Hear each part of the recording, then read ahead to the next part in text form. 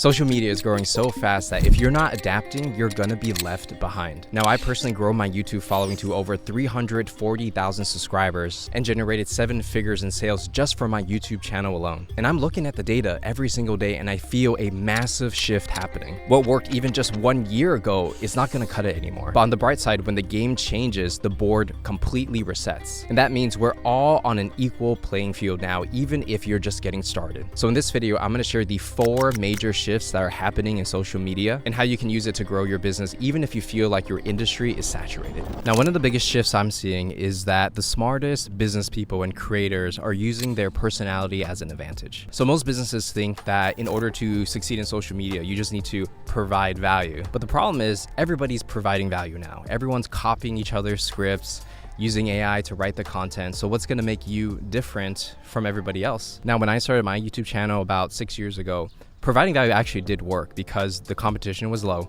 So if you just made content on how to do this, people would actually watch. But what's changed is that because the competition is so high now and information itself is kind of a commodity, the only thing that makes you different from everybody else is your personality. So to stay relevant, it's not like I try to provide more value. Instead, I changed the way I delivered the value. And there are 3 key elements I found that work extremely well that you can apply to your business literally today. So the first thing is going to be positioning. So you might have 2 people talking about the same exact subject, but depending on how they're positioned, you're gonna see that person totally different. So an example is Dan Cole, right? He's definitely one of the bigger creators on YouTube especially, and Twitter and other platforms. If you think about Dan Cole, he does sell courses and a lot of make money online opportunities like every other guru out there. But the difference is he tries to stray away from that whole guru make money niche and instead come off more philosophical, deep thinking. His visuals are very minimal, black and white, and even the music that he uses, right? He's not trying to flex a Lambo, he's trying to appeal to a deeper thinking demographic that wants content that's more intentional. But at the end of the day, like, he sells a writing course on how to make money online, right? Which is very similar to what other people sell. But again, it's the positioning and how you present yourself that can completely change how people look at you and decide whether or not they want to buy from you. Now, the next piece is your unique characteristics. And essentially, you want to look at what are your unfair advantages where somebody doesn't even want to compete with you. This can be things from where you live, what languages you speak, what do you do for fun, how you look, whether you're fit or not, or maybe it's a work experience, like maybe you've been working in corporate as a lawyer and you just have a ton of experience that other people don't. So as an example, this is this guy, Yuya Kaito, which I recently discovered his YouTube channel, and he does a lot of vlogs. But as I dug deeper into like, how does this guy actually make money? He's essentially a growth operator helping creators sell courses and coaching and things like that. Now, there are a lot of people out there who do the exact same thing he does. So what he's done that I think is pretty impressive is he used his unique characteristics to target a specific demographic in an industry that is considered crowded. What do I mean by this? So he is an Asian American, grew up in Hawaii, and now he's living in Japan. He has experience in growth operating, so the back-end operations of helping creators monetize, and he's pretty much only targeting Japanese creators that speak Japanese, and he also speaks Japanese. So in one of his videos, I remember he said that he literally just took what was working in the US, applied it to the Japanese market, and because no one is really doing it, it's just working really well. Now, in order for you to want to compete with him, you also have to speak Japanese. You also have to live in Japan. And his whole branding for his channel is all about like entrepreneur living in Tokyo, right? He may not be the best at growth operating, but because he just uses his unique characteristics in an unfair way, he can then become number 1 in that tiny category, which is actually really big, right? It's not actually tiny. So the next piece is going to be taste, and that's essentially the creative direction behind your personal brand and the content your business puts out. It can be from the fonts you use, your color grade, where you decide to shoot the video itself, you know, how you do the cutting and the editing. It's just really the overall vibe of your video. So for me personally, I naturally gravitate to creators and business owners who have good taste. The way they do the colors, the music, I'm already on board before they even say a single word from the video. You can use taste to your advantage. The ultimate example would be what Apple did for phones and electronics, right? There's a certain aesthetic, a certain vibe that makes you want to buy this versus a Samsung. Now, those are just 3 of the ways you can inject your personality into your content. But if you want the full list, I've actually created a free resource, which you can get in the link in the description, where you're going to get a complete list of all of the different characteristics and variables you can use to definitely make your business stand out from the rest of the crowd. So again, if you want to get the complete resource, check the link in the description, and it's completely free. Now, the next major shift I'm going to share with you is you need to be showing, not telling. Now, this has been instrumental for me when it comes to generating leads using my YouTube channel and all social media. So you ever been scrolling on Instagram and then you see maybe this super handsome guy, he's jacked, he's hanging out with his friends, traveling the world, hanging out with beautiful girls, and you're wondering, what does this guy even do for a living, right? Does he even work? How does he make his money? And it's funny because when I really analyze these type of profiles to figure out what is going on here, I've realized what they're doing is they're selling the desired outcome. They're showing, hey, after all the hard work I put into whatever my business is, this is the end result. And for a lot of people, whether it's, selling to B2C, regular everyday people, or B2B, selling to businesses, moving forward, I feel both are just looking for desired outcomes.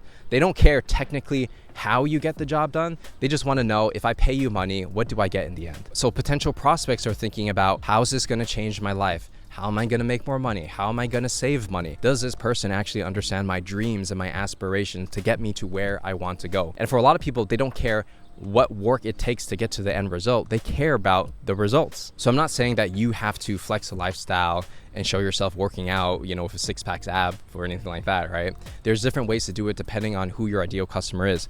If you're someone selling a business opportunity, like helping someone become a high-ticket closer or starting an Amazon shop or whatever, right? You probably want to sell the idea of freedom because you're targeting people who aren't business owners. So let's say you're someone like me who helps businesses build their personal brands, create content online to attract inbound leads. I don't necessarily have to sell a lifestyle to attract a business because they have money already. What they want is to become an authority on YouTube, to become niche famous, to have opportunities come to them, to have the best talent also come to them because of their personal brand. And the best way for me to show this is, number one, show that it's working for me because that's proof in itself. And number two, show that it's working for my clients, which is why on my YouTube channel, I have customer testimonials and I share how their business has transformed from working directly with me. And even if you're a software company, let's say you're, the marketing director at Claude, right? Claude Code, the vibe coding software. Flexing a lifestyle is not going to do anything, right? You want to show other people who are successful, who have used your software or app to make money,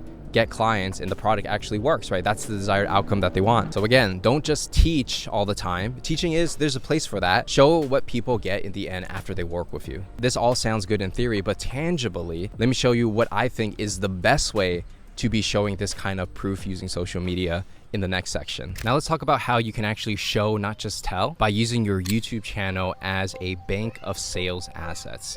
So if you're a business owner and you want results right away with social media, I'm talking like literally first week, signing clients, getting people to buy stuff. The best way to do it is thinking of your YouTube as a place where you store your sales assets. And when I say sales assets, these could be things like customer testimonials, handling objections, overcoming customer fears, these type of videos that you would want to send to somebody when they do have an objection. Let's say you're like running ads, right? People don't know who you are. It's like cold traffic. Or maybe you're sending cold outbound, right? They don't know who you are. Why would they respond?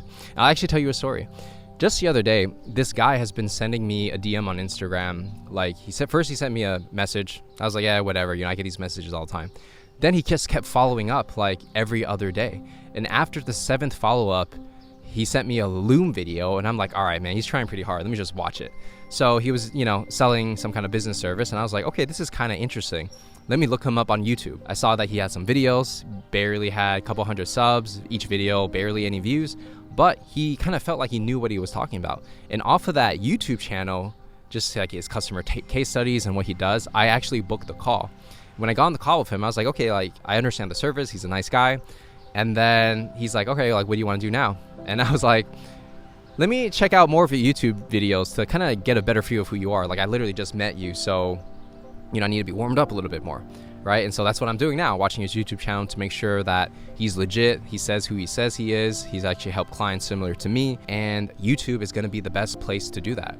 You're not going to do this on Instagram. Those videos on Instagram, they have a short shelf life. So Instagram might get views one day and 3 days later, nobody cares. But on YouTube, these are evergreen assets. So if you're a business owner and you're already acquiring users somehow, whether it's referrals, ads, outbound, maybe it's Instagram, maybe it's Twitter, and you're big on those platforms, having a YouTube channel is just going to skyrocket your sales because it builds trust.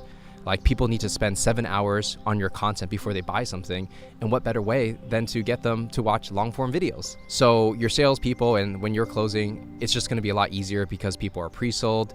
The sales cycle is a lot shorter because they're pre-sold. The cost to acquire a customer will be less because they like you. The chance of them responding to an outbound message is also going to be higher. So across the board, even if your YouTube videos don't get that many views, as a niche channel, you can use it as a way to sell your clients because you're getting traffic from different places. Now, once you actually get good at YouTube and you understand packaging, thumbnails, and titles, which are the things I teach, then you're gonna get top of funnel people coming in, finding about you on YouTube, and then eventually buying, right? So no matter what your acquisition strategy is, having that bank of assets is just going to be vital moving forward. Like, if you're not on YouTube, like, what are you doing as a business owner, right? You're leaving so much money on the table. You're spending so much trying to chase customers when you should be creating content to attract them and make them feel comfortable in buying your services. Now, the next bit I'm going to share with you is really the difference between building a real social media presence that generates revenue versus just nobody caring. And that is actually creating like a scientist. So of course, in this video, I've been saying like aesthetics and vibe and personality matter, right? And it does. It gets you attention and makes you stand out.